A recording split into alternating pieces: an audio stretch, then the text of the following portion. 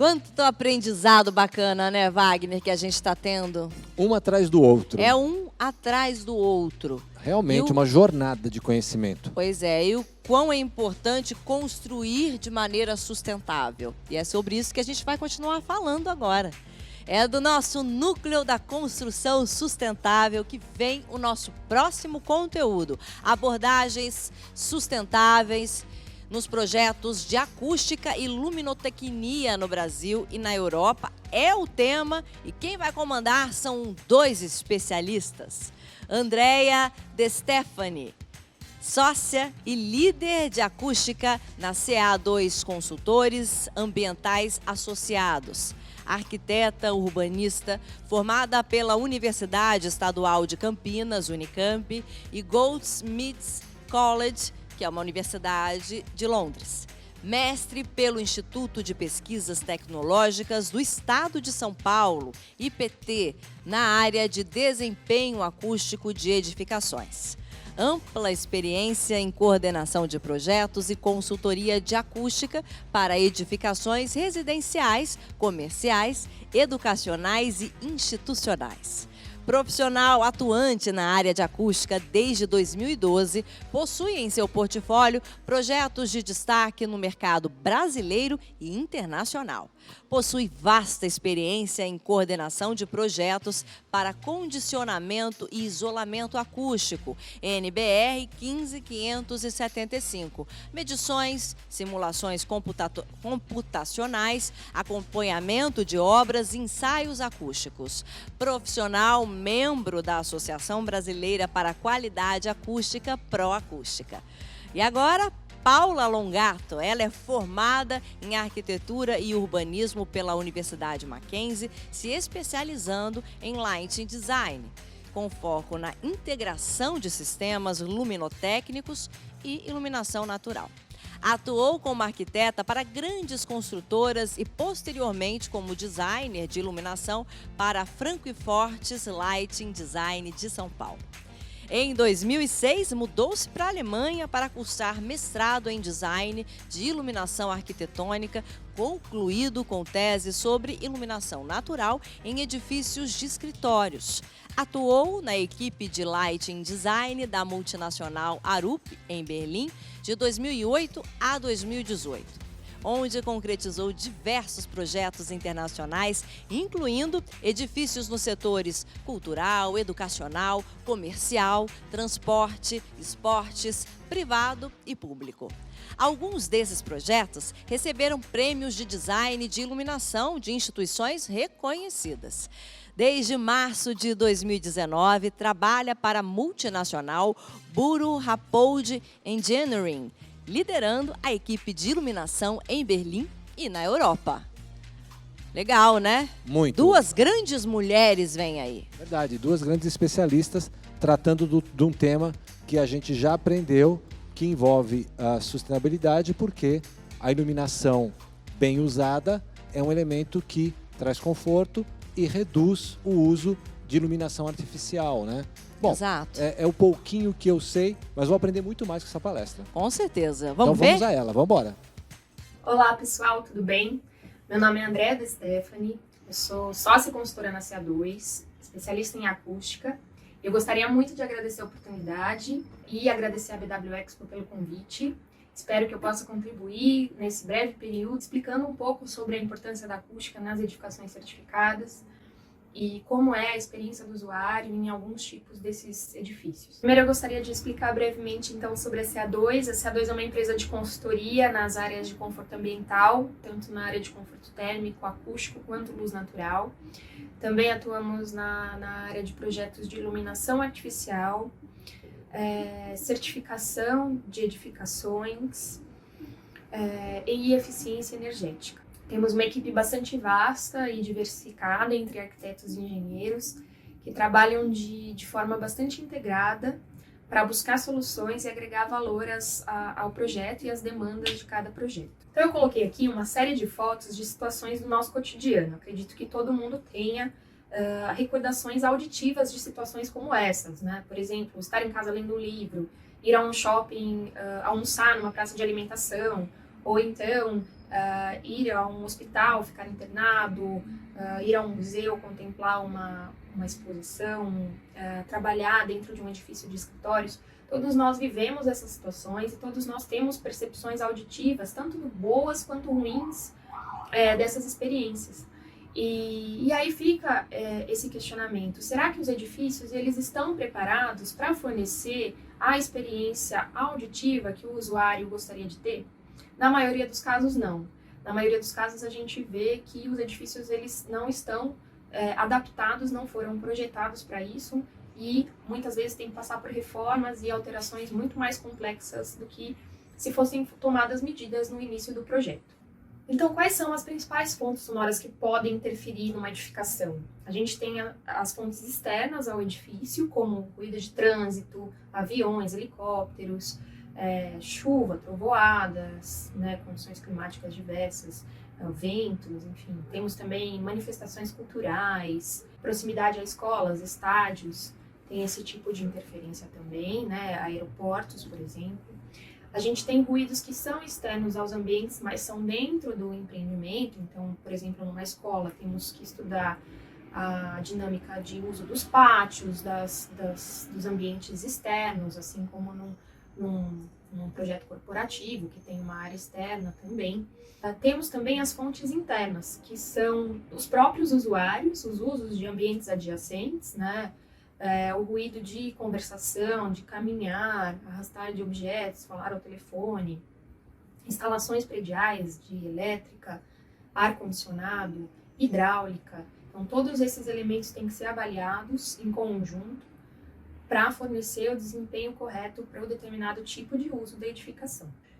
Aqui a gente tem algumas diretrizes gerais que norteiam as certificações, com variações entre elas, mas tomando aqui como exemplo o LEED, o mais comum, a gente tem então que olhar para diversas áreas que o projeto incorpora, né, tanto obra quanto uso eficiente de água e energia. Materiais têm especificados, materiais de construção têm requisitos específicos de emissão de compostos orgânicos voláteis, por exemplo. E a qualidade do ambiente interno também é um requisito importante, que é onde a acústica se encaixa, geralmente, né, dentro da qualidade do espaço interno. E a gente trouxe aqui como exemplo o caso dos Open Plans, né, porque a gente tem uma série de edificações corporativas certificadas aqui no Brasil. É uma solução amplamente utilizada pela equipe de arquitetura, né, de projeto. É uma demanda também dos clientes, porque os Open Plans, eles permitem você ter acesso às vistas nas fachadas, ter mais acesso à luz natural, integrar os ambientes, facilitar circulações.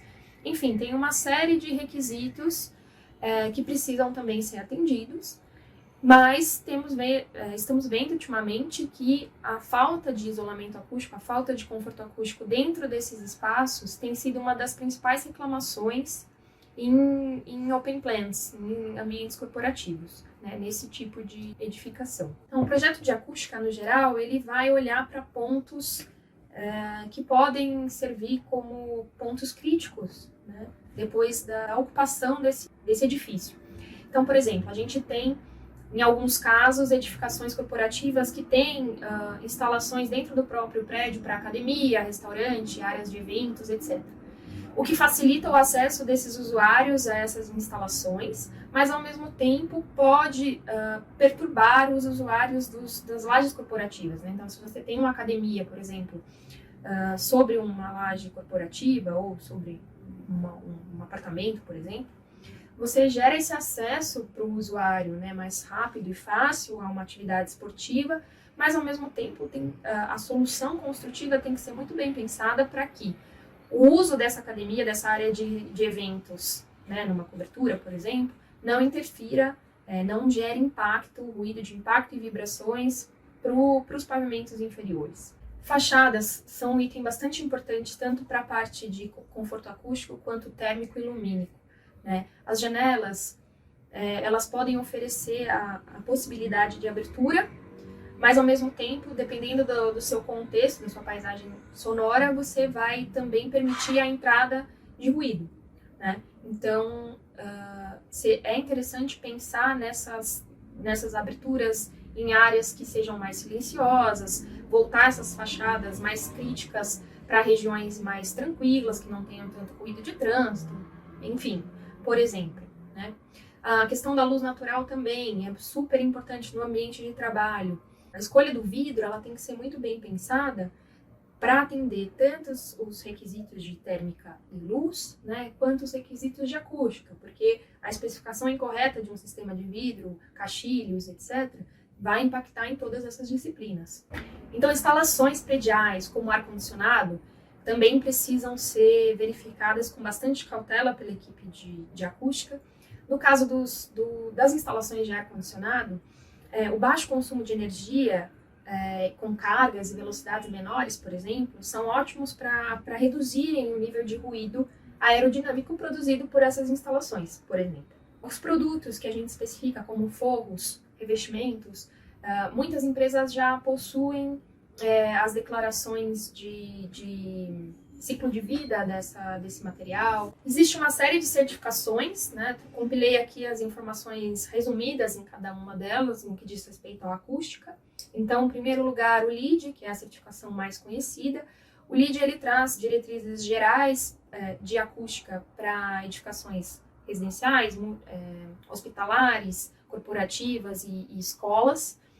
Um ponto para o condicionamento acústico interno desses ambientes, né, controle da reverberação, isolamento acústico entre ambientes, tratamento do controle de ruído e vibrações de instalações, e ele traz também um crédito para estratégias que minimizem a emissão de ruído deste novo empreendimento para o seu entorno, para o seu contexto.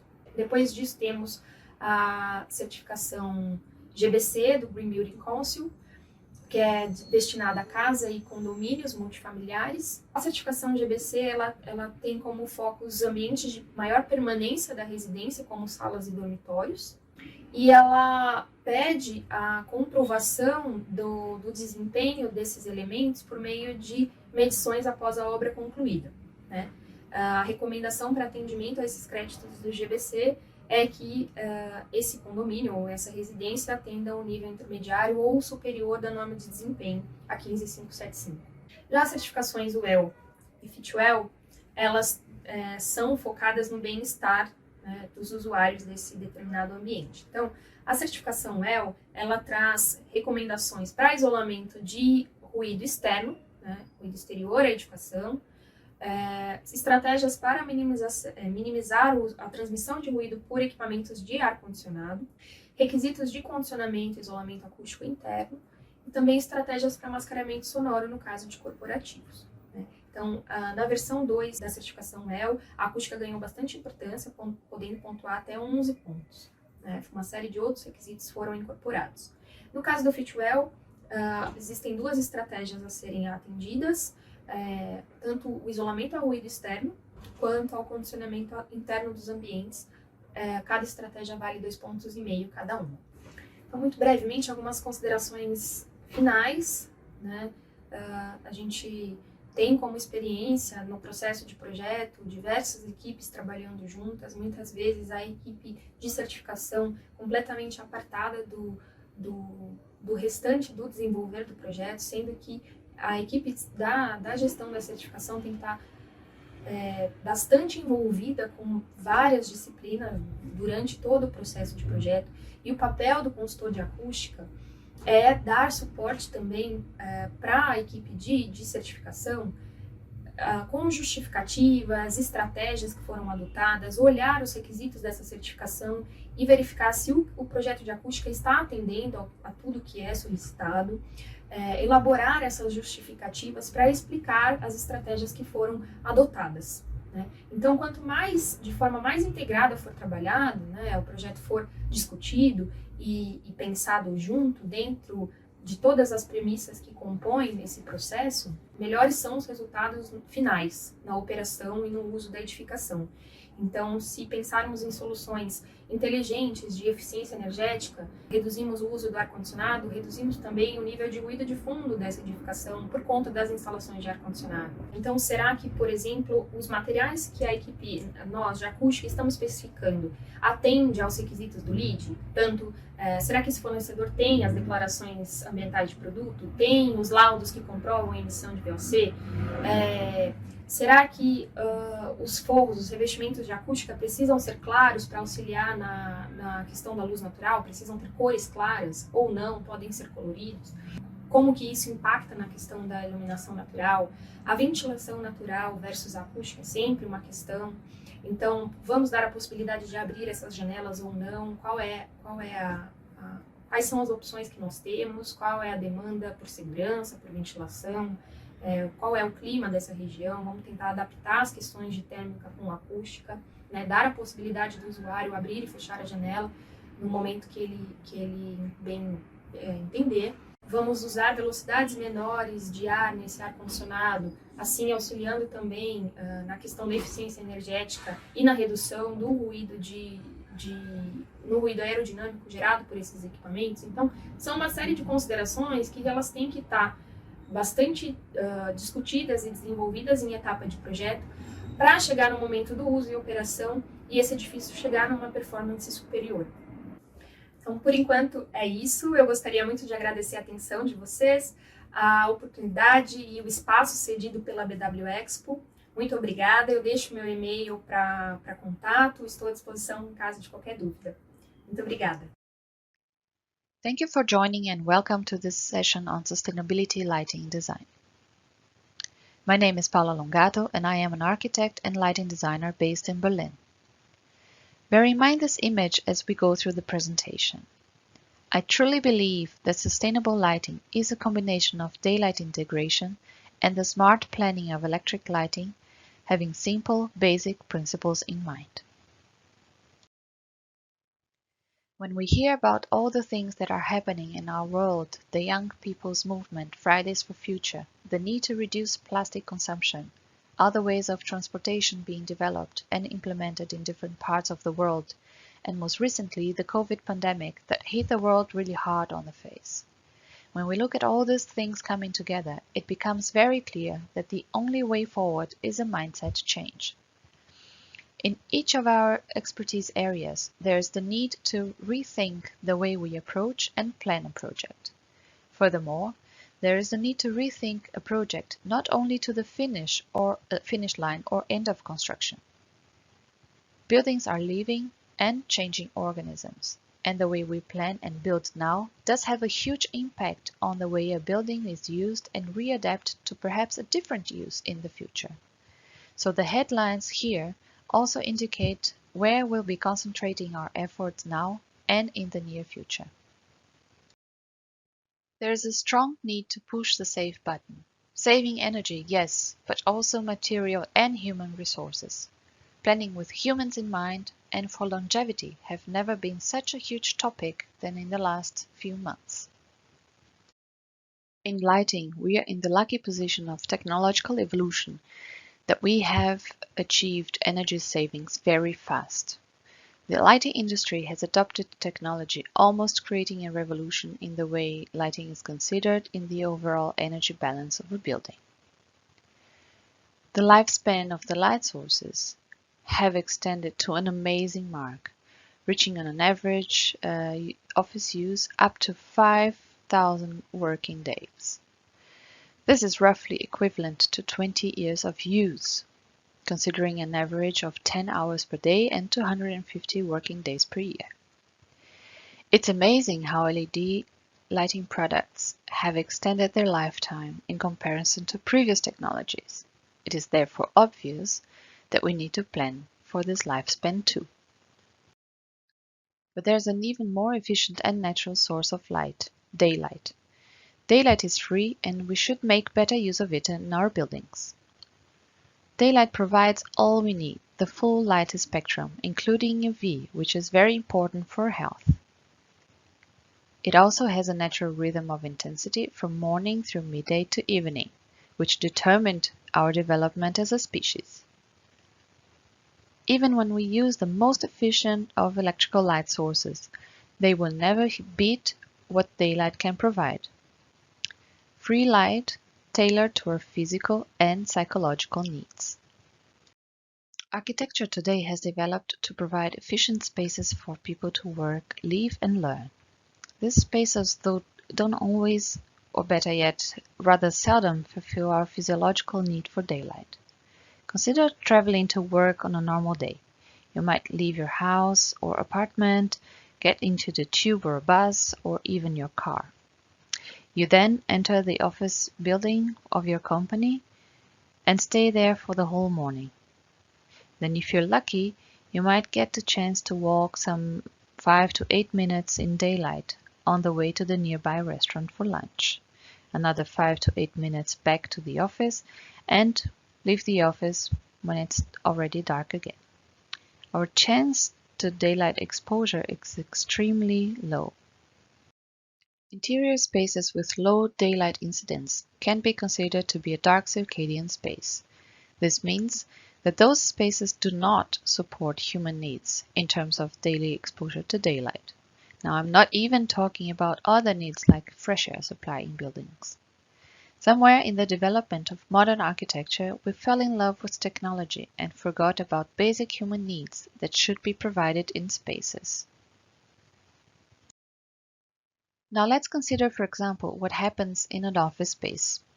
I'll discuss mainly office spaces as these projects have been real eye-openers in the last year for us in the office. The average of refurbishment of an office space is 4 to 6 years. Every 4 to 6 years, this kind of commercial asset undergoes some kind of change. Changing the technology used, computers and other electronic equipments, management changes, team structure, number of employees may grow or shrink, and every change requires an office space to adapt. Having said that, those spaces very often do undergo a full refurbishment. Everything's changed: electronic equipment, furniture, luminaires. Remember, I said at the beginning that LED sources last 5,000 workdays, 20 years of useful life. Some equipment might even last longer. This means that the equipment survives about 5 times refurbishment changes. 5 times. 5 times lighting equipment today is able to withstand humans' constant need for change. It is obvious that we have become a running species. We are always looking into ways of developing and making things faster, more efficient, and lately with using less energy as possible. But energy usage is not only in the making process. We also consume energy when using equipment and when disposing of and recycling. This is what we are looking into at the moment. But how do we get all these things together? We use technology. We want to be fast in developing the right solutions. We want to use the latest technology available. We want to design for humans. We want to save energy and resources as much as we can and be sustainable. Now, how can we achieve all of this, perhaps at the same time? It's time to change. It's time to use the chance that was given us in the last months to rethink things, use our brains together, to create ways of reusing what is existing and thinking the future in a larger scale. Flexible use of spaces, adaptability of installations, and repairing of used equipment is what is leading our thoughts towards sustainability. We cannot continue to use resources in a very short period of time and dispose of them, getting new resources every time we need something new. There are very simple principles on which we can base the way we plan today.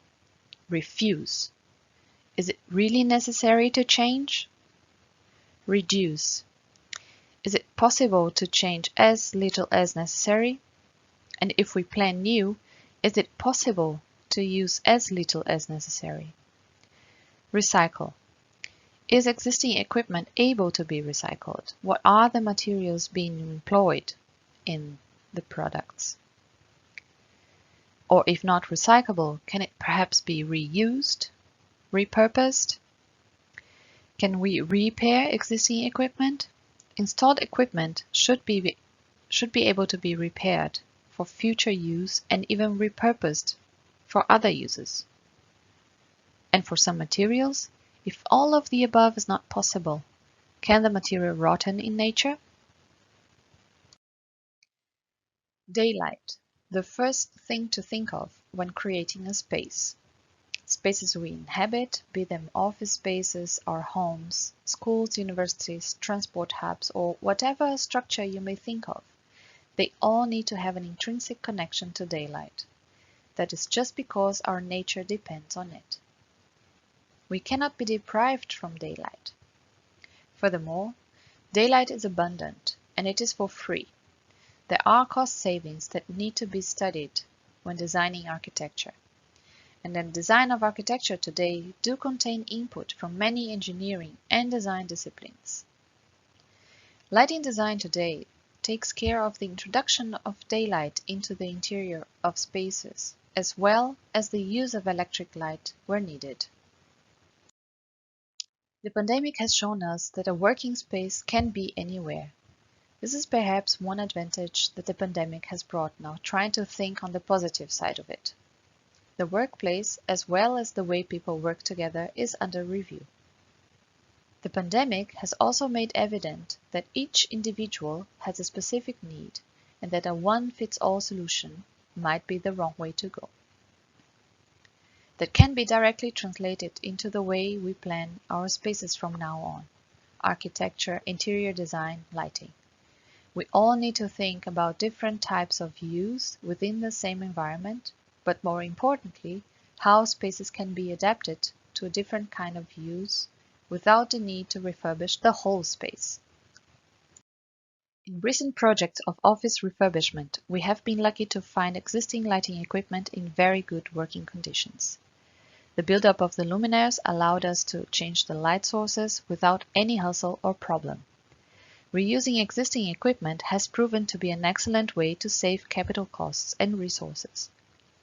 We have also found out that clients are positively reacting to such ideas, as there are many aspects being considered when reusing equipment. This opportunity was recognized by us, lighting planners, and put forward for client approval. And even when design guidelines might require a different route to take, we should always question, as decision-making is easier when strong arguments are put forward. Now, talking about replacing light sources or even parts in luminaires. The LED and lighting industry are on a path of creating non-replaceable, non-repairable, one-time use products. Even when this one time might last 20 years, after lifetime is ended, many lighting equipment being produced and installed today will not allow for repairing, replacing, or reusing in the future. Luminaires cannot be disassembled and become a disposable product.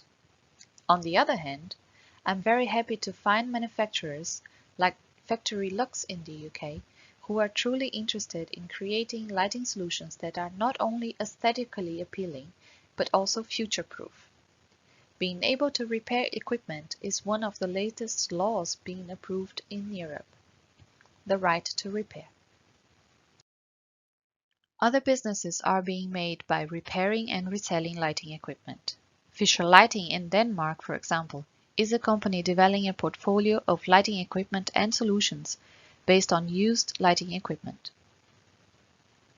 You might wonder whether all this effort of collecting, repairing, and repurposing equipment is worth it. Well, the cost of a repaired luminaire is below the cost of buying a new one, just because most of the luminaire components don't need to be acquired and manufactured new. The highest cost in this process is human work of taking parts apart and putting them together again. But savings go again beyond the purely initial investment costs for our clients. Some savings might even appear invisible as resources like metal parts, wiring, perhaps even some types of plastics are being reused. One different approach to sustainable lighting is the way we develop the design. In this case, we created project and asset resilience through achieving a flexible lighting infrastructure. An infrastructure where lighting can move and be changed independently of use and becomes therefore adaptable for different needs, now and in the future. By creating such a flexible installation, the lifespan of not only the lighting equipment, but also the use of the building itself, renders a future-oriented kind of design. In this example, we proposed to create a net of lighting tracks which could hold many different types of luminaires and therefore be adaptable for changes in layout and use. The adaptability of the installation and the low investment costs of this kind of infrastructure proved to be an interesting approach to our client. Imagining other models of acquiring equipment, for example, is it possible to rent lighting equipment instead of buying it? Remember the lifespan of lighting equipment today. 20 years is a long time to hold on to the same equipment in the same positions as planned. If equipment can be replaced without any cost to the environment, and perhaps refurbished, repaired, that could also save a lot of resources on the way. Currently, there are companies whose business is to rent lighting equipment, like the Lichtmiete in Germany. The model proposed reduces substantially the investment costs of business owners, maintenance and replacement is taken care of as long as the rental contract is running. Afterwards, the company renting the equipment can either reuse it in other rental contracts, repair for sale, or prepare for recycle. Either option, the user is free to change the layout of the equipment with very low cost for equipment and for the environment. But where is the limit? Thinking sustainably requires us to think further beyond our actual day-to-day lives and how we interact with our communities, colleagues, neighborhoods, and also the products we use and the way we dispose of them. It requires us to literally think outside the box. There are so many products and things which can be repurposed without needing to end up in the landfill. Sustainability starts with our mindset. Do we want to save the world? Then every one of us need to do our little contributions. Only together we can make a difference. Needless to say, there are many reasons why we should change our mindset when planning sustainable lighting. This is not only a question of if anymore. This is a need, a desperate need to do business more intelligently for the benefit of everyone. I believe planners have the responsibility of showing clients a different path to take and accompany them on this path. Everyone still has a lot to learn, but to move forward, we need to go together. In my work as a lighting designer, I encounter challenges every day, and I see those challenges as opportunities to create something new and make my contribution to the protection of the environment. And although we might not be there yet, I think planners, designers, and engineers alike have a huge opportunity and responsibility in creating a better future now. So I end this presentation with a quote I found in one of the office projects we've recently finished. Be passionate and bold, and always keep learning. The world is ours to take care of. Thank you.